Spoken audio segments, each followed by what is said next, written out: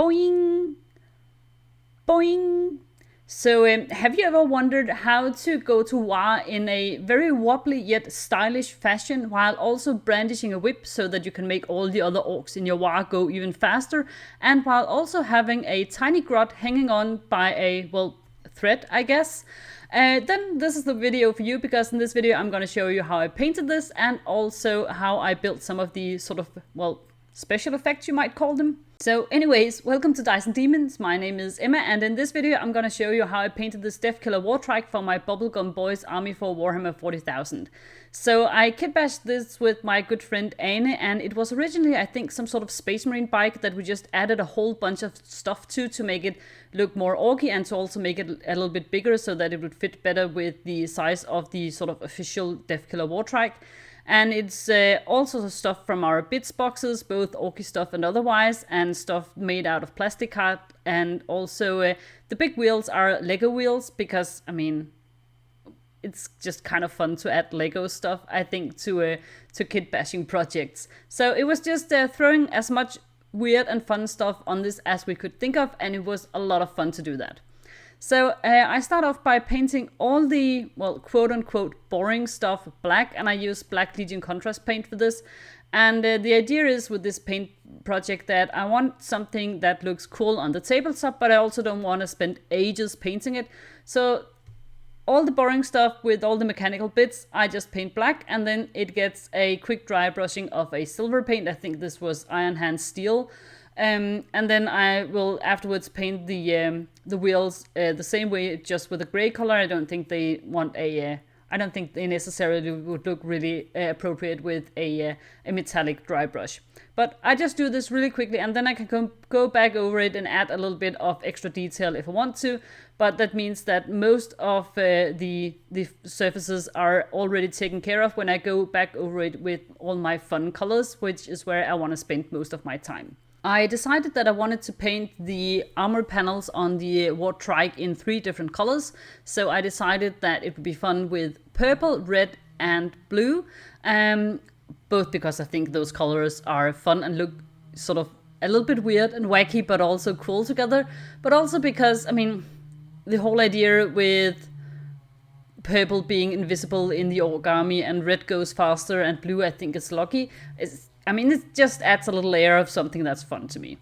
And the purple color I'm using is Loxion Purple, which is a contrast paint from Citadel. And it looks a little bit more blue here on camera, but in real life it is actually a little bit more purple.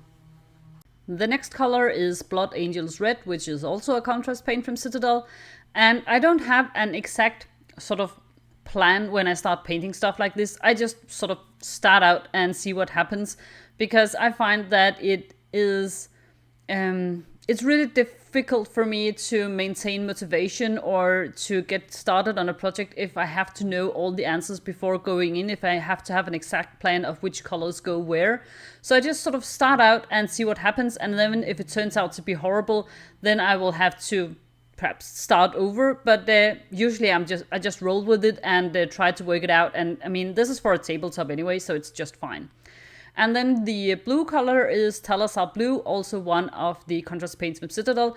And I decided that I wanted that to be a sort of lesser color here. I don't want it to be taking too much attention, just because there was something about the red and the purple going together that I just like the look of. So in the end I decided to not focus too much on the blue. Then I start painting in these shadows on the armor plates, and I do that with a contrast paint called Achillean Green. So it's sort of a turquoise color. It looks almost black on the red, but I find that it is just a little bit less desaturated than if I used an actual black, and it's more pronounced than if I were to use, for instance, a brown color, which I have often used for cross-hatching shadows on red in the past. But I actually like this look better. It adds a little bit more of a stylistic or a comic book feel to the model, which I quite like. You'll also notice that some of the cross-hatching lines, these small diagonal lines, some of them are not quite exact. Some of them are placed a little bit too closely together. Some of them are a little bit too broad. And for something that is just going to be on a tabletop and not for a display or a painting competition, that doesn't matter much at all, because it will be the overall effect that matters and not the individual lines. So if you want to try to paint like this and you get all stressed out about, you know, each individual line not being exactly the way you had hoped or exactly the way you wanted to, try to relax, because when you're done with adding both shadows and highlights, I promise you it'll look much better than when you focus on every single little line. Next up, I start adding highlights to the red parts of the armor panels, but unfortunately the video footage was weirdly corrupted, so I can't show you that here. But these are the three colors I used. It's Radar Red, Laser Orange, both from Huge Miniatures, and both of them are fluorescent paints, and then Flash Gitz Yellow from Citadel lastly. And the way I painted in the highlights here on the red armor panels are exactly the same as what I'm going to show you here on the purple armor panels and also on the blue. So exactly the same methods, just different colors. Then for the purple armor panels, first up I use another color from Huge Miniatures, and this one is called Ultraviolet. So it's a really nice fluorescent purple color, and it looks a little bit more pale here than what it does in real life. But it is actually a nice, relatively vibrant purple color. I think getting purple to be really vibrant, like you can with green, for instance, is a little bit tricky. But this is quite okay. And you'll notice that I use the exact same method as I used for adding the shadows. I use these long diagonal lines. And if, again, you want to try this and you think I can't perhaps do these very long, thin lines all the same, just make smaller lines and make them sort of overlap. That also looks just fine. Perhaps it even looks a little bit more fun. This is, when I was done with this, I felt like it was maybe a little bit too controlled, a little bit too... Well, I don't know if you can say it's a little bit too neat, because I'm not that neat. Yeah, perhaps adding a little bit more of a chaotic streak to some of these lines would have been a little bit fun. You'll also notice here that I'm doing an edge highlight, and I do that on all the armor panels with the highlight colors I'm using. And before that, I have actually added a broad dark outline with the Achillean green. You can probably see that here, for instance, on the blue spike out from the wheel. And I do that because I think it just, again, adds a little bit more of a comic book feel to it. And it also makes it really easy to see what's going on. I think it adds a lot of readability to the model, which I think is both fun and quite important when you're putting it on a tabletop. Then for the pink, I decided that the pink color I have from Huge Miniatures, which is called Pulse Wave Pink, it wasn't quite pink enough. So I added in a little bit of magenta fluor pigment to really spice it up. And it's not that easy to see here on the video, but it definitely adds a lot of punch to the paint. It also means, for me at least, if I add pigment, pure pigment to a color, it makes the paint a little bit less smooth. So if you are planning on using this over a large surface, it tends, at least for me, to get a little bit fuzzy. But if you're using it for small details or for textured stuff like this, where you are adding almost a textured feel to the model anyways, and it's just long, thin stripes, I don't think it matters. Just be a little bit, well, be aware that if you want to use pigments, it can be fun, but also that it does tend to give this certain fuzziness, and if you don't want that, perhaps you need to go another direction. As you can see, I'm still using these thin diagonal lines to do the cross-hatching, so that gives you the highlight. And I'm also painting on top of the first layer of highlights, and that's not because I was dissatisfied with the first layer.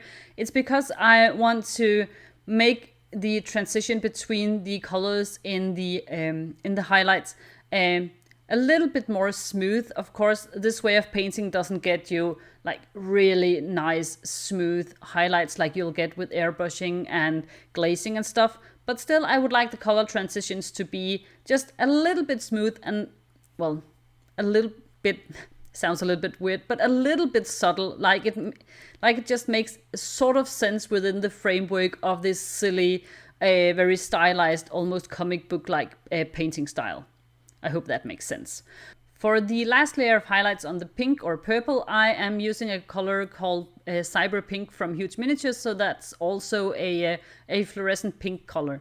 And the reason I am using pink to highlight the purple armor plates is both because I think it looks fun, but also because, as I said, getting some really punchy purple colors can be a little bit tricky.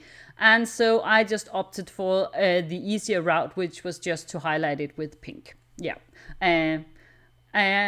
Slightly lazy perhaps, or just like efficient, you might say. I got a little flag in a video where I called myself lazy, and someone said, you're not lazy, just being efficient when you paint. And I like that a lot better. So this is me being efficient, highlighting purple with pink.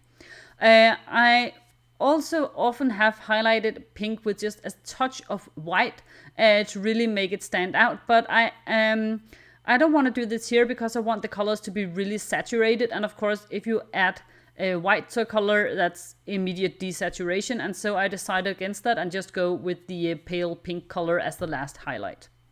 For highlighting the blue color, I first went with a color from Vallejo called Aquamarine, which is a nice turquoise light blue color, and I decided that it was a lot of fun to highlight the purple with pink, so why not end up highlighting the blue with turquoise and green, and just, I don't know, for a little bit of added silliness and fun, I guess. And, well, also because finding a way to highlight blue that really makes it pop can be a little bit difficult, and finding a turquoise green combo to highlight with that pops is a lot easier. So again, trying to be somewhat efficient. The second layer of highlights for the blue is with two paints from Huge Miniatures. One of them is called Blaster Blue and the other is called Gamma Green, and I mixed those two up to get a sort of greenish bluish turquoise color to highlight with.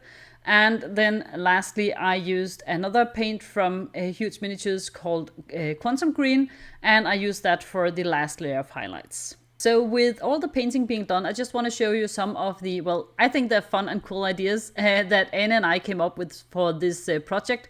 And one of them was that the knob on top of the Deffkilla Wartrike has to have a whip so that he can make the Ork warbikers go even faster. And so it's just a piece of steel wire, and then I threaded on some a little bit of chain to it and super glued some of the links in place, and now you have a whip that you can just shape any which way you want, which I think is a fun concept.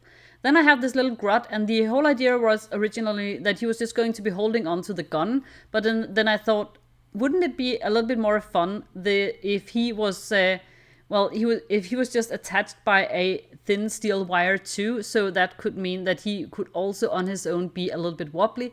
So I wrapped a little bit of steel wire around his hand and then wrapped the other end around the gun. And now I have a very silly grot that you can make go bounce on an already quite bouncy model. I just super glued both of the ends of the steel wire in place once I was happy with the way it was placed. Of course, you could find a more elegant and subtle solution for something like this, but I think this is, I think it's fun, and the idea made me laugh, and for a tabletop model, this is absolutely good enough, which is my go-to when I decide whether an idea is fine or not. Is this good enough for the tabletop? And if it is, then that's just fine, let's rock and roll. Then I decided that I wanted the entire model to be even more wobbly than the unfortunate flying grot, and I didn't have any springs on hand, so I decided to make some myself by wrapping, as you can see here, some steel wire around, I think this is an empty case for a brush or something, and I haven't measured anything. I just looked at the model and looked at the spring and decided this is probably good enough, and now I have a not very elegant but quite functional little spring. And again, I am gonna go with good enough. Of course, if you don't want to make your own ugly springs, you can of course buy some at a store somewhere. And then I just super glued the spring in place just behind the front wheel, and just holding it in place, trying to get it to attach. And again, this doesn't look great, but how often are you actually gonna look underneath your models anyways? And the added benefit of this way of attaching it is if it ever breaks loose, it'll be really easy to fix. I can just use more super glue. And then for the second spring, I decided to place that near one of the sides for the back wheels, because then the model would look, instead of looking like centered, it would look like it's almost tilting to one side while still being wobbly, which I think is, it just adds a little bit more fun for the whole bouncy silliness. So yeah, here you can see what it looks like. And I think I was going for fun and silly and relatively quick and efficient paint job that I could get on the tabletop in a reasonable amount of time. And I think I succeeded. This is definitely silly. The only thing is that the springs, I think they're a little bit too fragile for me to lift the model up, just like lifting it on the Deffkilla. I have to lift it by the base, which I don't think is great for gaming purposes. But I'll work on something. Perhaps I'll just add a little bit something to the base that I can lift it by. And of course, since this was painted with fluorescent colors, it will glow under a UV light, which has absolutely no practical value whatsoever. But I still think it's really fun and a little bit hilarious, and just, again, it just adds to the whole silliness that I know that it'll do this if I bring it to a rave party, even though I don't think I'm ever gonna go to a rave party, and if I did, I don't think I would bring my models. But I mean, I think the idea is fun and silly and slightly orky, so there you go.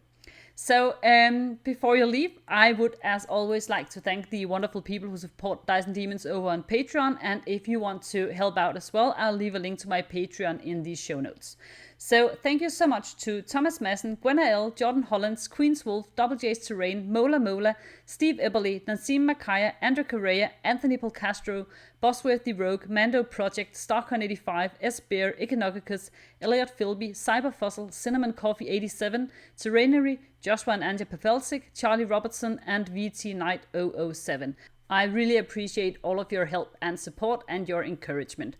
Also, if you want to support Dice and Demons in other ways, you can of course do so by liking this video, writing a comment, and sharing it with your friends.